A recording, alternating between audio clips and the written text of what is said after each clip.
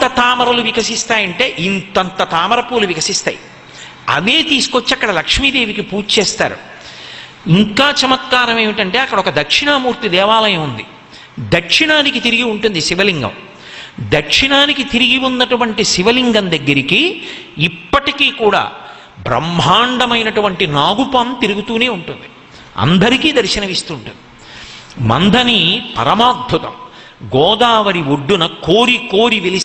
అసలు మందని నేను చెప్పలేను. దాని వైభవం ఏమో అనుకున్నాను, కానీ నేను ఆ మందని వెళ్ళి తెల్లబోయాను. ఆ మందనిలో ఇప్పటికీ కూడా మీరు 1000 మంది బ్రాహ్మణులకు భోజనం పెడతాను అని సంకల్పం చేస్తే 1000 మంది బ్రాహ్మణ కుటుంబాలు, 1000 మంది బ్రాహ్మణులు మీకు వెంటనే దొరుకుతారు భోజనం పెట్టడానికి. చిత్రం ఏమిటంటే తెల్లవారేటప్పటికి ఎవరింటి అరుగు మీద కూర్చుని వాళ్ళు సంధ్యావందనాలు చేసుకుంటూ ఉంటారు. బ్రహ్మాండమైనటువంటి గౌతమి ప్రవాహం. అక్కడే